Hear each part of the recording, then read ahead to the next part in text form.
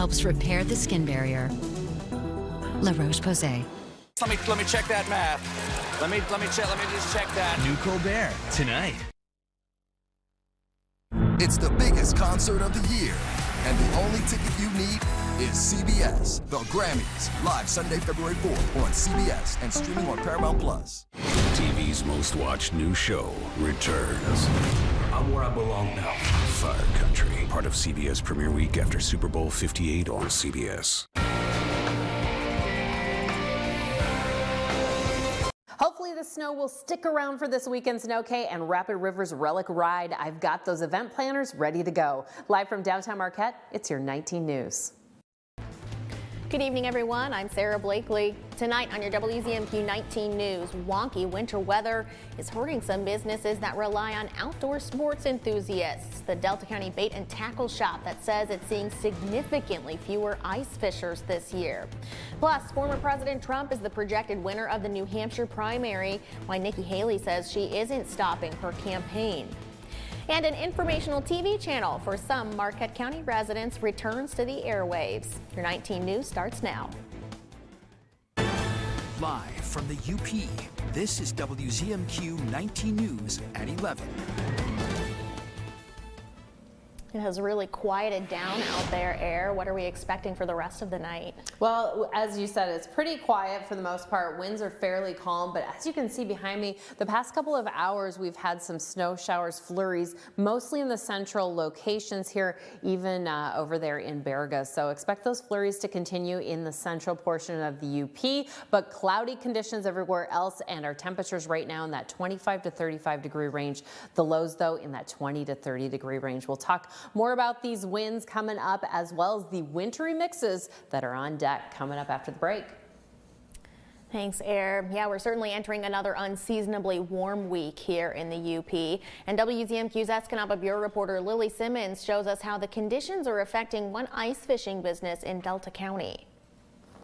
After months of anticipation, many ice fishermen finally got out onto Little Bay de Noc for the first time last week. We were once known as the walleye capital of the world. We don't have the numbers we used to, but we still do have some of the biggest fish in the area, and everybody wants to land one of those Bay de Noc golden 10-plus pounders. And Bayshore Resort Bait and Tackle has long been a popular destination for them. This time of year, the parking lot, the roads are usually just packed with cars. Hundreds, if not thousands of people. But this year, the ice is significantly emptier. The warmer weather we had set things back. This weekend, I'd say there's maybe 300 out there, if that. Leaving Bayshore about a month behind schedule and striking a blow to the bait and tackle side of the business. The cabin rental is big, and we plan accordingly throughout the year, put money aside just in case it is slow. We get a lot of people passing through that we usually don't rent to just because one nights are a lot of work, but you have to do what you have to do at times. However, the owner says ice fishing is starting to pick up thanks to the recent low temperatures. They're liking it now. Everybody's had that itch, and some guys went out when I would have suggested not going out, but the fishing has been really good the last 3-4 days. And he's optimistic for the rest of the season at Bayshore Resort Bait and Tackle. I think it's going to be good. We'll be able to tell at the end of this week because it's supposed to be pretty warm, but I don't think it's going to do too much to the ice. Lily Simmons, WZMQ 19 News, Gladstone. We learned new details today about the suspect arrested in a shooting in Escanaba Township over the weekend. 28-year-old Jacob Cronick of Cornell is charged with assault with intent to do great bodily harm less than murder or by strangulation. He was arrested Sunday after police responded to a report of a shooting at an Escanaba Township home. Cronick was arraigned in Delta County Court yesterday. His bond is set at $250,000 and he's due back in court February 8th. We have not received any further updates on the victim, but the sheriff's office reported Sunday he was hospitalized and is stable. WZMQ 19 will continue to update this story as more information is released.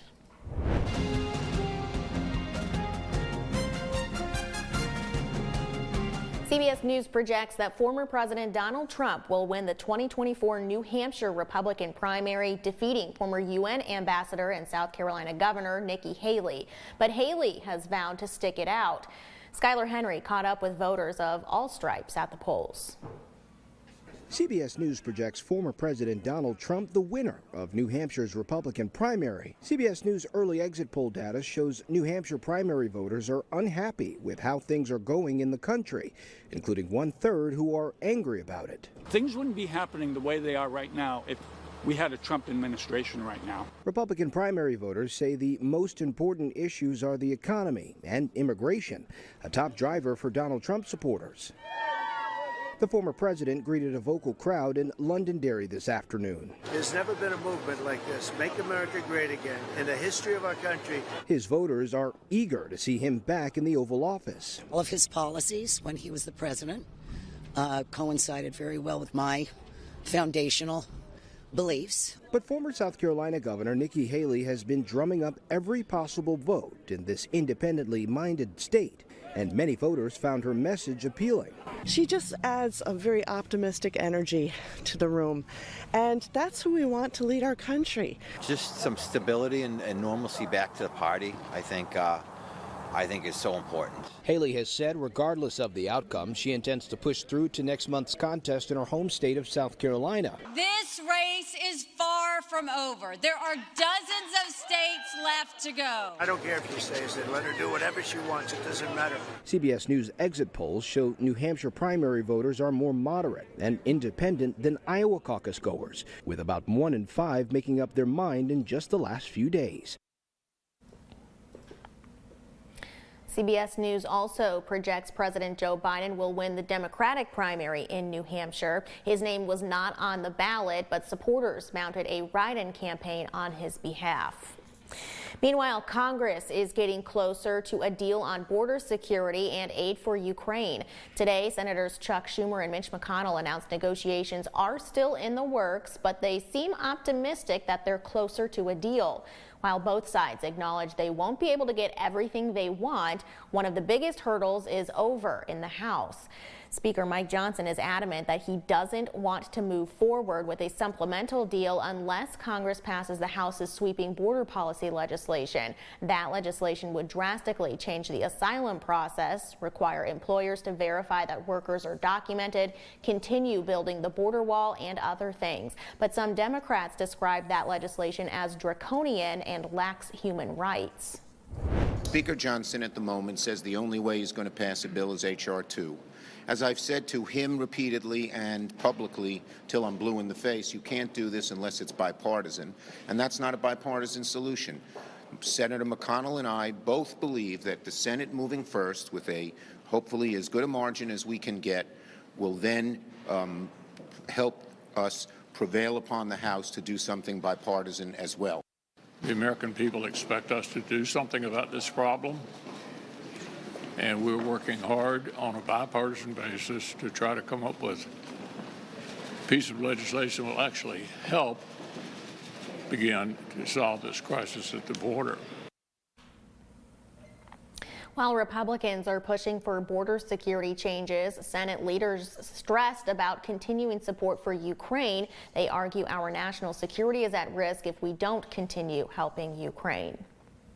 A federal resource is ensuring those facing food insecurity don't have to go hungry. The Emergency Food Assistance Program is available to those 18 and older who meet certain household income requirements. The program is currently available at the Escanaba Senior Center. Those eligible can receive nutritious food once per month on any Tuesday between 1 and 3 p.m. It's important anytime with the high cost of foods these days, every little bit helps. It will free up money to buy other things that you may more need. And it's good to know where the senior center is so they can use it for congregate meals, activities. We do home heating credits here too. The Emergency Food Assistance Program is also available at the Hermansville Senior Center and another pantry that will be opening in Gladstone this spring. For those eligibility requirements, just head to WZMQ19.com. After a 3-year leave, a local informational channel is being brought back to Ishpeming residents. Channel 189 is back on the airwaves for Spectrum customers. The Public Education and Government, or PEG channel, will allow Ishpeming city offices to stream a live program of city council meetings. The city manager says residents will also be able to see city updates, weather alerts, and any other information related to Ishpeming. it for years, they've grown up with it, and they want to be able to see it again, and here it is. There's going to be a lot of things we can do over time with the channel. Right now we're just kind of bringing it back up and getting it into the home and sharing information, but we want to build this out and be a more interactive channel over time. All Ishpeming Spectrum customers have to do is turn their TVs to channel 189. Your first morning weather forecast is coming up after this break. Plus, another Dickinson County organization is stepping up to help a family that lost their house last week to a devastating fire. We'll tell you when and where you can participate in a fundraiser. And what two UP historians will share at an upcoming presentation in Marquette this week. We're back in 2 minutes. 19 News is brought to you by Kirkish Furniture. It's time to clear out the showroom for Kirkish Furniture's January clearance sale. Find year-end savings in every department all month long. Furniture, mattresses, appliances, and flooring. Shop Kirkish Furniture's January clearance sale while supplies last. John's Auto is quickly becoming everybody's favorite place to buy get their car fixed. John's Auto is quickly becoming everybody's favorite place to fix their car. Was that right? For a better service experience, come to John's Auto Market. Why do I keep forgetting that word? Experience. Okay, go. 3, 2. For a better service experience, come to John's Auto Market. And don't forget, Wait a second. You're saying I'm not invincible? So you can see me right now? New tonight on CBS. I like Goodwill because they give people barriers to employment work. My job at Goodwill entails mainly just cashiering and answering the phone.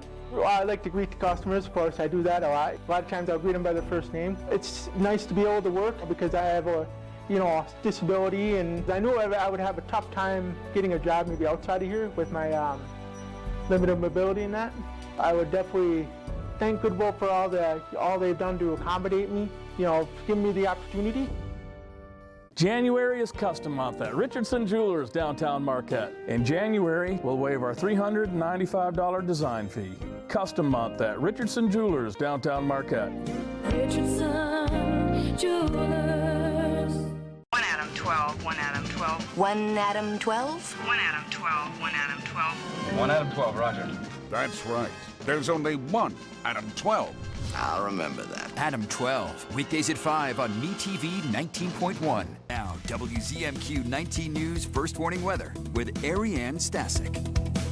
Well, our winds right now primarily coming out of the east. We'll see these change direction. Let's take a look at future wind conditions, although the wind's going to be fairly calm, maybe up to 10 miles an hour at max at the moment. So Wednesday in the afternoon, we'll see winds coming out of the southeast, and then those south winds definitely taking over on our Thursday into the afternoon and evening. Let's hope they hold out into this weekend for all of our events that are coming up. Right now, our temperatures in that 25 to even 30-degree range. As you can see, Escanaba about 30 degrees at the moment. Taking a look at the lows, we'll pretty much be in that same area, maybe down to about 26 over in Ironwood, so 25 to 30 degrees for the evening. And then tomorrow, we're bumping up just a little bit. We'll be in that 30-degree range, maybe some sunshine up there in Eagle Harbor. And like I've mentioned, we have some chances of rain and freezing drizzle, but is Frosty going to melt?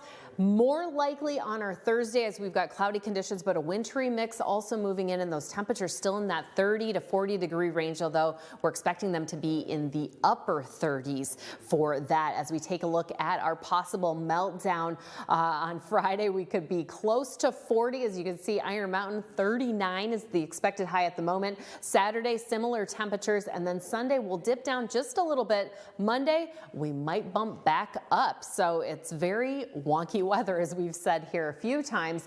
If you're headed downstate, you could have a wintry mix in on Wednesday, but snow showers primarily over the central locations. And when I say snow showers, I mean very, very small snow particles flying around right now. Tomorrow morning, 9 a.m., Gogebic, Iron County, you could have a flurry or two, and then around 11 a.m., maybe a mix there in Ishpeming, Negaunee area. But other than that, we're going to stay fairly quiet and calm until Thursday morning, 7 a.m. We'll see some rain showers moving in from the south, maybe a mix in Escanaba there later on in the morning, and then Manistee, some rain showers and a mix heading towards the northeast coast there. And by 5 p.m., you've got it all. We've got rain, snow, and a mix of rain and snow here, primarily in the central locations before it kind of wraps around to the northeast part of the UP as well. And we have chances of fog this evening into our morning. A lot of that reduced visibility, is going to be down south here. So Menominee, Dickinson, and Delta counties before it kind of disappears around 11 a.m. But it could be back on our Thursday, even here in Marquette and Escanaba. We'll expect likelier chances of rain coming on that Thursday, and those temps still on the rise. Thanks, Air. While winter consistently whipped us last year, this season it's been more of a whiplash, from record warmth to Arctic cold to a thaw this week. Derek James has a look at how it's impacted outdoor plans in central Minnesota and the businesses that rely on snow and ice. Diana Klatt has the rink all to herself during this work break. As a lifelong Minnesota resident who went down to Miami to live for a year and a half, moved back in October, this winter's been very welcoming to me. Just below the Maple Grove Central Park rink, she likes the slides and the swings. John Morissette is enjoying outdoor time on the playground with his granddaughter Ember and other family members. I would prefer more snow so we could do more things.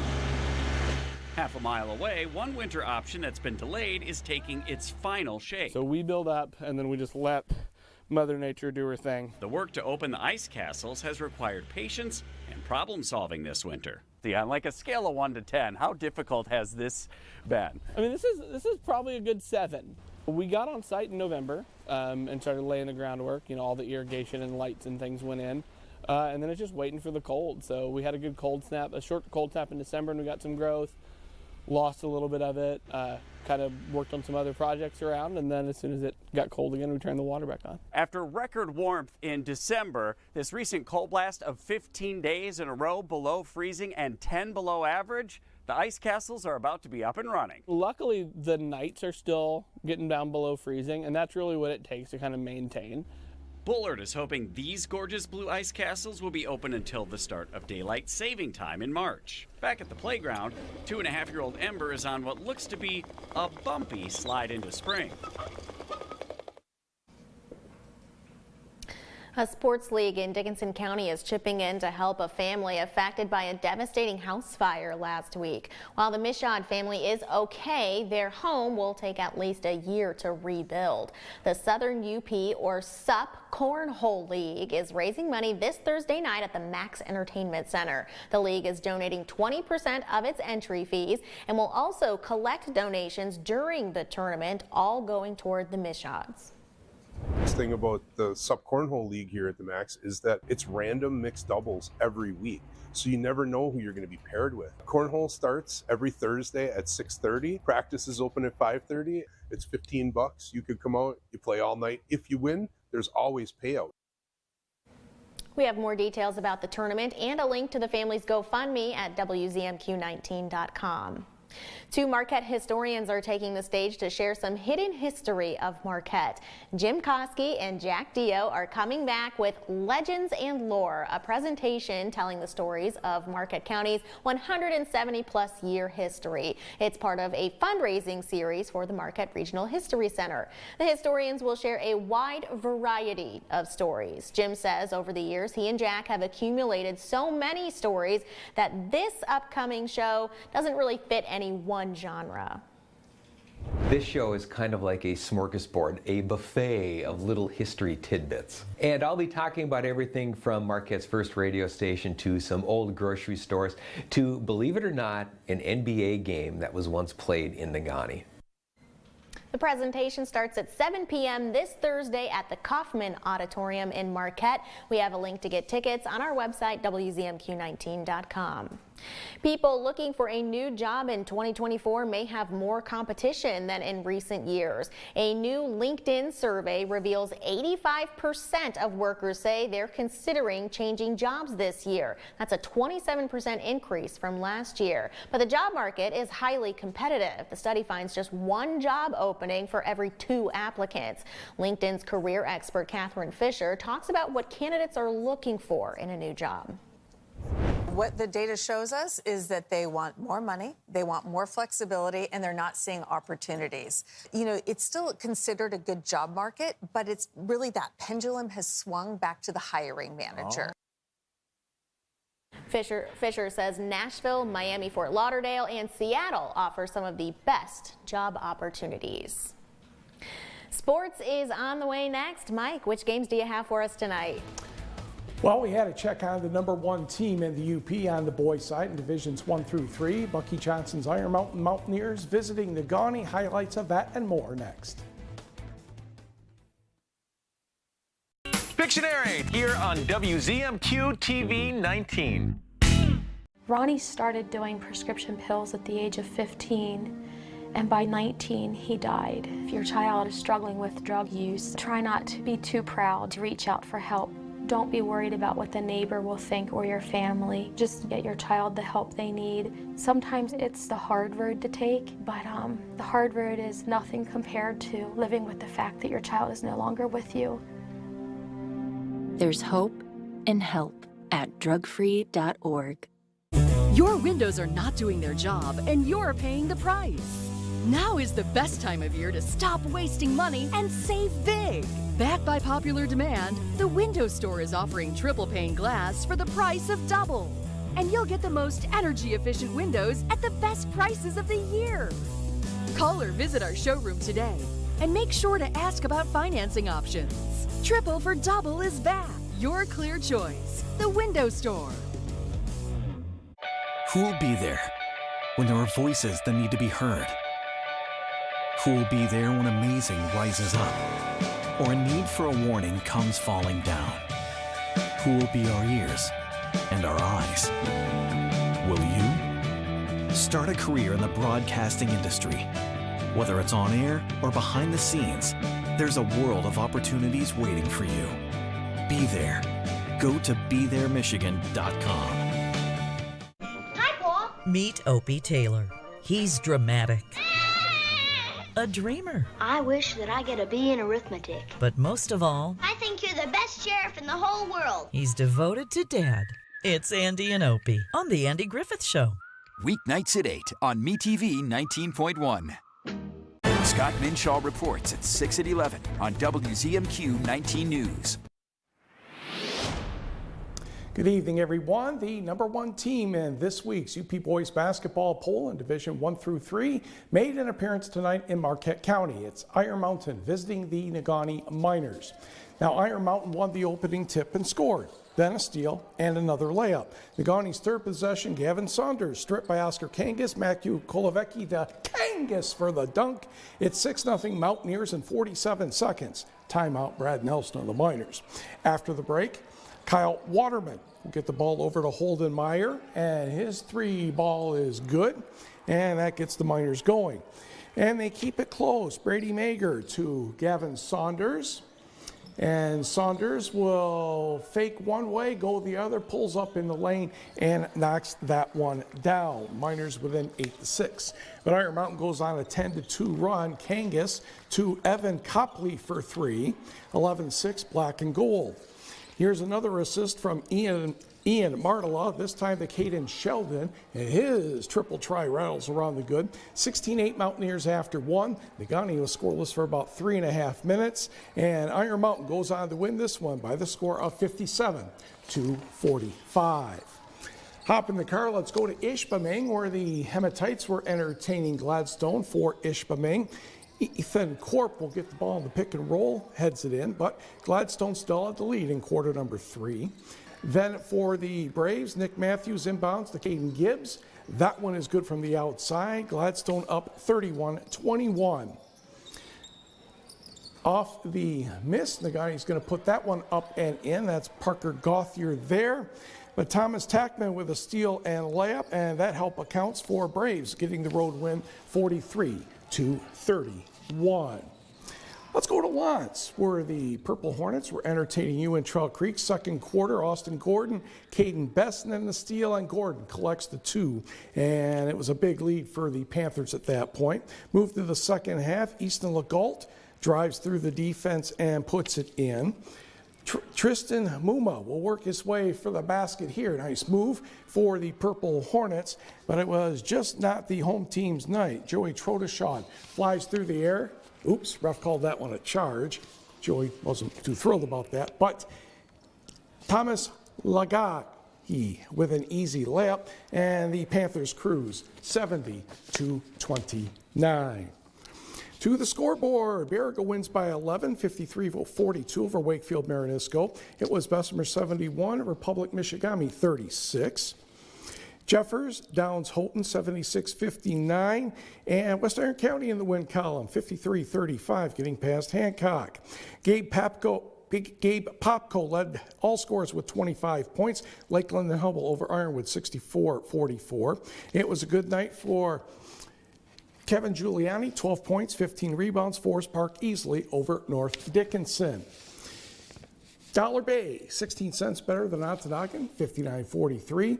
Owen Keno cashes in for 29. Stevenson downs Rapid River, 67-26.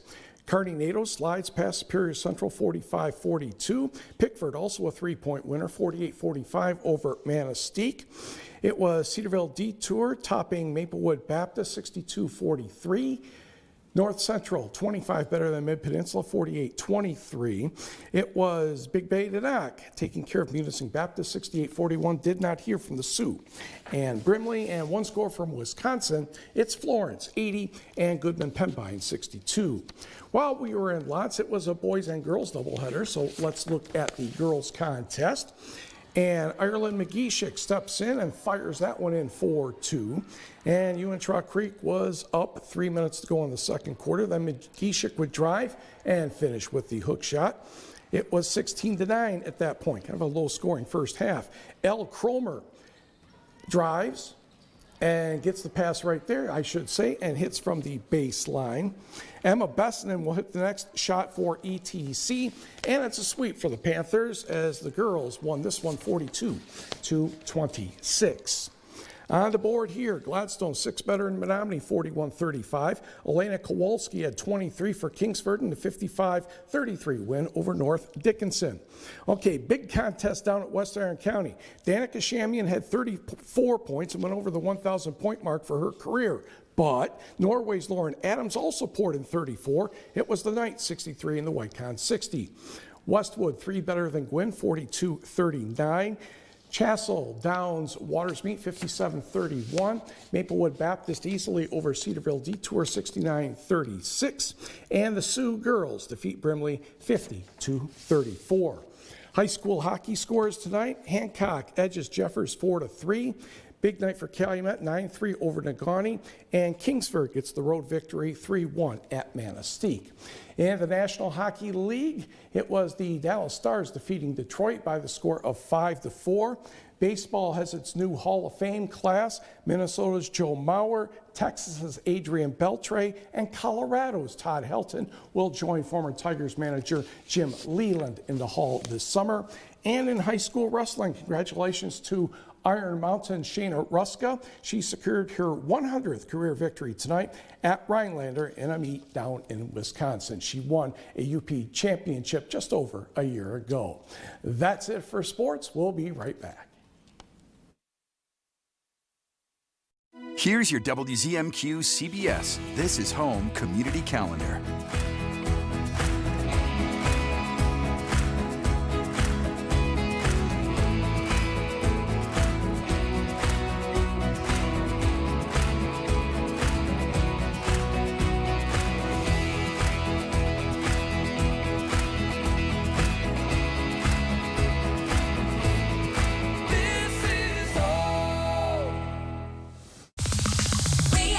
United, everybody's invited.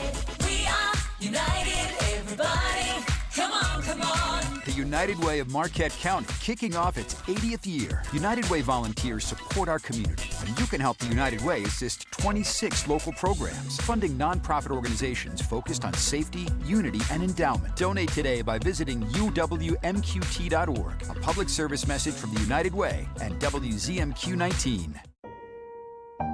Yes, we're on thin ice. And everything is going up in smoke. Still, some are adding fuel to the fire,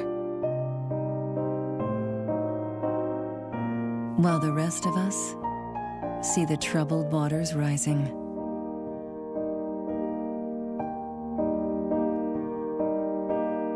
Our planet is under the weather. But when the going gets tough, the tough get, well, you know. Because in the heat of this moment, we're not about to lose our cool. Love it or lose it. Our temps are continuing to climb on up. Tomorrow will be in that 30 to 40 degree range. Chances of that mixture moving in the afternoon. But let's look ahead to this weekend. No Cayman Marathon on Friday and Saturday. The junior marathon is on that Friday. We're expecting mostly cloudy skies. Those temperatures around 36 degrees, dropping down to 26 for that low. And then Saturday, that high around 36. And I put an average here between Ishpeming and Marquette because we've got some different starting locations for that. And then Rapid Rivers Relic Ride. Ooh, say that 7 times fast. That's going on Friday and Saturday. We'll have mostly cloudy conditions for both days. Looks like a fairly nice couple of days there for riding your snowmobiles. Make sure you head over to their Facebook page for more information. And then the 7-day outlook for Escanaba, we could have some fog on our Thursday morning as well, and we'll see that wintry mix start to creep on in. Finally tonight, Lions fans all around the country are celebrating the team's first division round victory since the early 90s, and that includes a West Michigan super fan. Kevin Clark has spent years collecting everything Detroit Lions at his home in Bellevue. Even from the road, you can tell he's a big fan, with a Lions-themed goalpost and helmet in his front yard. But when you step inside the house, it's nothing but blue and silver, from the carpet, the walls, the furniture, everything. He says turning his house into a lion's den started with the end zone in his yard, and he worked from there. He did get permission from his wife, he says. He says some of the stuff outside of his home he built himself, and sometimes his projects can take months. But he says his earliest memories of the Lions are watching the games with his dad when he was a kid. Duff, I think you've got some competition there. I'm excited for both of them and every Lions fan. Yeah. I'm very excited for y'all. Yes, very, very cool. And collecting all that memorabilia. Let's hope that this is really one to remember this year. Yes. That's it for now. See you tomorrow. It's time to clear out the showroom for Kirkish Furniture's January clearance sale. Find year-end savings in every department all month long. Furniture, mattresses, appliances, and flooring. Shop Kirkish Furniture's January clearance sale while supplies last. Wait a second. You're saying I'm not invincible? So you can see me right now? New tonight on